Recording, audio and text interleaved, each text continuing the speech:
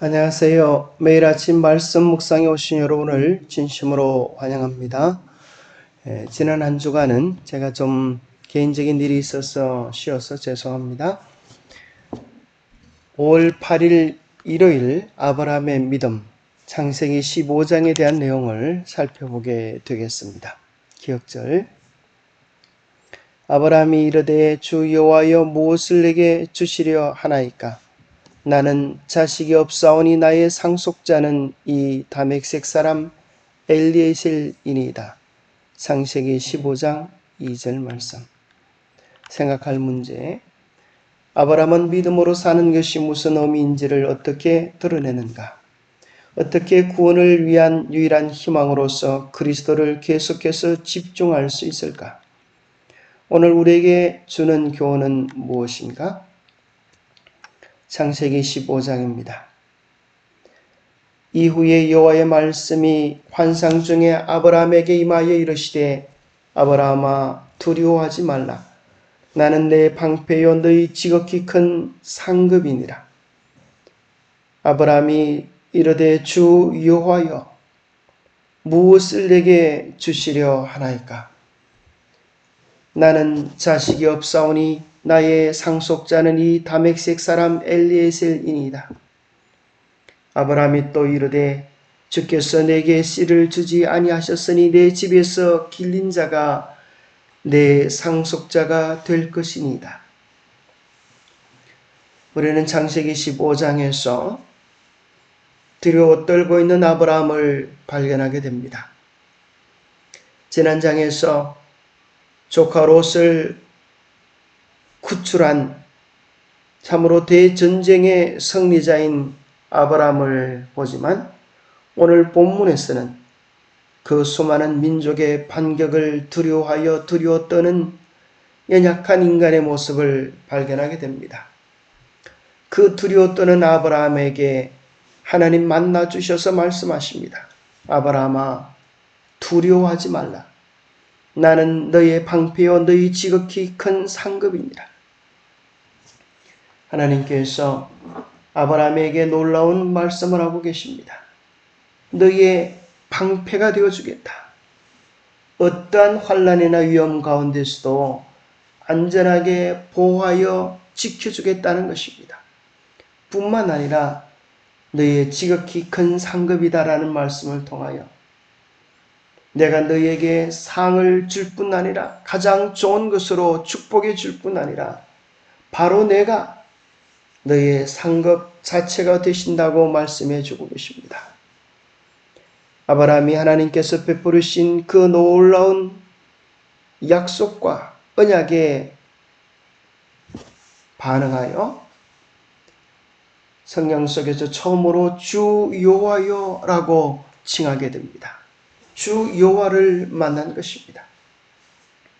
주 여호와라는 말은 히브리어로 아도나이 야헤입니다. 만물에 대한 하나님의 주권과 다스림을 강조하는 아도나이와 언약에 대한 신실성을 강조하는 야훼가 합쳐진 이름입니다. 그것은 곧 이 모든 언약을 이루시고 성취하실 하나님을 믿는 믿음의 고백을 표현한 것입니다. 주 여호와라고 하는 이름 속에서 그 하나님께서 그에게 임하여 말씀하십니다. 내 상속자가 그 사람이 내 상속자가 아니라 내 몸에서 날 자가 내 상속자가 되리라 하시고 그를 이끌고 밖으로 나가 이르시되 하늘을 우러러 무뼈를 셀 수 있나 보라. 또 그에게 이르시되 내 자손이 이와 같으리라. 아브라함이 여호와를 믿으니 여호와께서 이를 그의 의로 여기시고 하나님께서 믿음 없는 아브라함을 불러내셔서 밤하늘에 무수히 많은 별들을 보게 하십니다. 그리고 약속하십니다. 아브라함아 하늘의 무뼈를 셀 수 있나 보아라. 너희의 자손이 이 별들과 같으리라. 그 수많은 별들이 아브라함에게 아이가 되어서 한 나이 한 아이가 되어서 생명이 되어서 아브라함의 품으로 달려오는 환상을 경험합니다. 아브라함의 눈에서는 눈물이 쏟아집니다. 하나님, 이것이 제게 주시는 약속입니까? 저는 아무 자식이 없는데, 아무 후손이 없는데 하나님께서 이 수많은 약속, 이 축복들을 허락해 주십니까? 하나님, 감사합니다. 약속대로 말씀대로 될 줄을 믿습니다. 그렇게 할 때 하나님께서 이를 아브라함의 의로 여겨 주셨습니다. 이것은 아브라함에게서 난 것이 아닙니다. 하나님의 주신 약속을 받는 것입니다. 그것을 받고 믿고 신뢰할 때에 하나님께서 그 약속을 온전히 이루어 주실 것입니다. 연결되어지는 말씀은 다시 횃불 언약을 통하여 언약을 다시 확정해 주시는 내용이 나옵니다. 특별히 이 사건을 본문으로 로마서 4장에는 이렇게 이야기합니다. 성경이 무엇을 말하느냐? 아브라함이 하나님을 믿음에 이것이 그에게 의로 여겨진 바 되었느니라.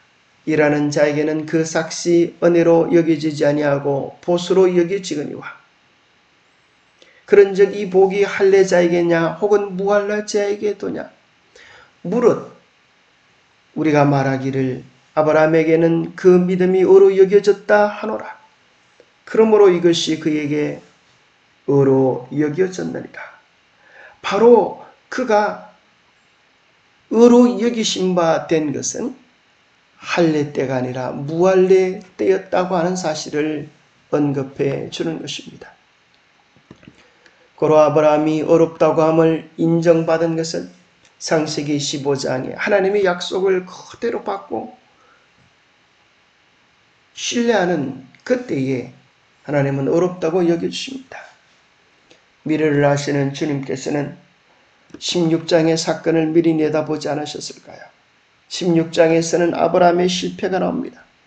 하글을 취하여 이스마엘을 얻고 다시 그를 새롭게 하시기 위하여 17장에는 할례 언약을 베푸시는 내용이 나옵니다. 15장, 16장, 17장 가운데서 아브라함은 언제 어렵다함을 받습니까? 15장입니다. 바로 이것이 하나님의 언약의 놀라움입니다. 우리가 부족할 때라도, 우리가 연약할 때라도, 우리가 원수 되었을 때라도 우리를 향한 하나님의 온전한 사랑을 베풀어 주시는 것입니다. 아브라함이 상속자에 대한 우리를 하나님께 나타냈을 때 하나님은 내 몸에서 날 자가 내 아들이 되리라. 그 몸에서 날이라고 하는 표현 속에서 먼 미래의 메시아의 씨를 나타내기 위한 단어로 나단 선지자에 의하여 사용되어졌습니다. 아브라함의 씨 속에서 우리는 메시아의 약속까지도 바라보게 하십니다. 아브라함은 재차 확인을 받았으며 하나님의 약속의 성취가 자신의 의로움에 달린 것이 아니라 하나님께 달려있음을 이해했기 때문에 하나님을 믿었습니다. 그것은 그 당시 문화와는 특이한 것이었습니다. 고대 이집트 종교에서는 심판은 정의 여신 마트의 잣대로 사람이 행한 의로운 행위를 헤아리는 것이었습니다. 그러나 하나님께서는 사람의 행위에 의존되어지지 않는 전적으로 자신의 의존되어진 믿음을 구원을 선포해 주신 것입니다. 아브라함의 질문에 대한 대답을 마치신 후에 하나님께서는 아브라함이 행해야 할 제사의식을 설명해 주셨습니다. 이 제사의식 속에서 다시 한번 우리가 어떻게 의롭게 되는지를 확인해 주셨습니다. 그 제사는 우리의 죄를 위한 그리스도의 죽음을 나타냅니다. 인간은 이 제사에서 상징된 것처럼 하나님의 의의 선물인 은혜로 구원을 받습니다. 뿐만 아니라 이 특별한 의식은 아브라함에게 구체적인 장래의 사건을 이야기해 주시면서 솔개가 내려온 것을 통하여 솔개 물어뜯는 새이죠. 이스라엘 백성들이 400년 동안 또 4대가 노예가 되어서 고통당하게 될 것을 이야기합니다. 그러나 4대째가 되었을 때에 아브라함의 후손을 다시 이 땅으로 돌아오게 약속해 주십니다. 그 약속의 땅에 대한 경계를 창세기 15장 18절에 보면 애굽 강에서부터 큰 강 유프라데까지라고 기록해 줍니다. 이 약속의 땅의 경계는 단지 이스라엘의 경계를 넘어서 에덴 동산의 경계를 떠올리게 합니다. 고로 이 예언의 궁극적인 성취는 아브라함의 후손들이, 믿음의 백성들이 결국에는 약속의 땅으로, 결국에는 죄에 대한 이 아픈 순례를 끝내고 에덴 동산으로 돌아오게 될 하나님의 백성들의 구원을 미리 보여주시는 약속이라고 확인할 수 있게 되어지는 것입니다. 하나님의 의따심이 당신의 백성들을 약속의 땅으로 이끌어 줄 것입니다. 어떻게 구원을 위한 유일한 희망으로서 그리스도를 계속해서 집중할 수 있을까요? 그것은 마치 땅에 심겨진 씨앗과 같습니다. 땅이 아무리 넓고 크고 좋아도 씨앗이 심겨지지 않으면 의미가 없습니다. 그 씨앗이 무엇입니까? 하나님의 말씀입니다. 예수 그리스도입니다. 그 씨앗이 땅속에 있을 때 드디어 그 씨앗이 발하여 싹이 되고 이삭이 되고 열매가 될 것입니다. 우리가 우리의 가슴속에 어떤 씨앗을 품냐에 따라서 우리의 열매가 달라지게 될 것입니다. 결코 땅에 엇담이 있지 아니하고 씨앗의 엇담에 따라서 수확의 종류가 결정되어집니다.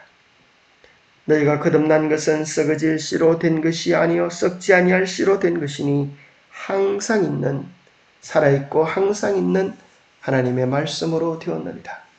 하나님의 말씀의 씨앗, 생명의 씨앗을 우리가 품음으로 예수 그리스도의 열매를 나타낼 수 있습니다. 목사와 복음교역자에게 보내는 권면에 보면 이렇게, 정언에 보면 이렇게 기록되어 있습니다. 믿음으로 말미암는 칭의란 무엇인가? 그것은 인간의 영광을 티끌 속에 던지고 인간이 스스로의 힘으로는 할 수 없는 것을 인간을 위해 하나님 행하시는 하나님의 역사이다. 여러분, 강아지 똥에 대한 이야기를 아십니까? 강아지 똥이 슬퍼 웁니다. 하나님 왜 나를 강아지 똥으로 태어나게 하셨습니까? 더러운 냄새가 나서 아무도 나를 좋아하지 않습니다. 그런데 이 강아지 똥이 예쁜 꽃으로 피어날 수 있는 길이 있습니다. 무엇일까요? 민들레 씨앗을 가슴에 품는 것입니다. 민들레 씨앗이 가슴에 심겨지면 그는 민들레 꽃으로 피어나게 되듯 하나님의 말씀의 씨앗을 우리가 품으면 하나님의 백성으로 피어나게 될 것입니다. 영감의 교훈입니다. 아브라함의 믿음의 행위, 이와 같은 아브라함의 믿음의 행위는 우리의 유익을 위하여 기록되었다. 그것은 하나님의 요구가 아무리 심하고 괴로운 것일지라도 신뢰해야 한다는 큰 교훈을 우리에게 가르쳐주며 자녀들에게 부모와 하나님께 온전히 순종하라는 교훈을 준다. 아브라함의 순종을 통하여 우리는 너무 귀중하기 때문에 하나님께 드릴 수 없는 것은 아무것도 없다는 교훈을 배우게 된다. 기도하겠습니다. 하나님 아버지, 우리를 향한 하나님의 언약에 감사합니다. 우리는 두려워 떠는 비겁하고 연약한 존재에 지나지 않지만 주님께서 아브라함에게 나타나셔서 나는 너의 방패요 지극히 큰 상급이라고 말씀하셨던 오늘 우리에게 주님 오셔서 우리의 방패시요 지극히 큰 상급이요 우리의 의로움이시요 우리의 구원이시요 우리의 자랑이심을 다시 한번 확정하여 주시옵소서. 아브라함에게 그 모든 언약의 아름다움을 말씀해 주셔서 잠시 고난을 당할 것이지만 결국은 약속의 땅으로 돌아가게 주시겠다고 하는 그 약속을 다시 한번 우리에게도 이루어 주시옵소서. 우리도 그 약속을 품게 하여 주시옵소서. 우리도 이 땅에서의 고된 삶을 마치고 마침내 돌아가게 될 하늘 본향을 가슴에 품고 어떤 상황 가운데서도 충성된 주님의 자녀로 살아가게 축복해 주시옵기를 우리 주 예수 그리스도 이름 모자하여 간절히 간구하옵나이다. 하나님의 손에 우리의 믿음을 맡겨서 하나님께서 우리의 삶에 역사하시도록 관여하시도록 우리의 모든 것을 주님께 드리십시다. 아브라함에게 이루셨던 그 축복을 우리에게도 넉넉히 이루어 주실 줄 믿습니다. 감사합니다.